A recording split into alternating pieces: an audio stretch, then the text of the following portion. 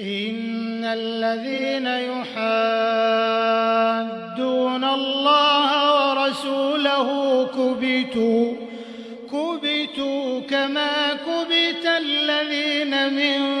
قبلهم وقد أنزلنا آيات بينات وللكافرين عذاب مهين يوم يبعثهم الله جميعا فينبئهم بما عملوا أحصاه الله ونسوه والله على كل شيء شهيد ألم تر أن الله يعلم ما في السماوات وما في الأرض ما يكون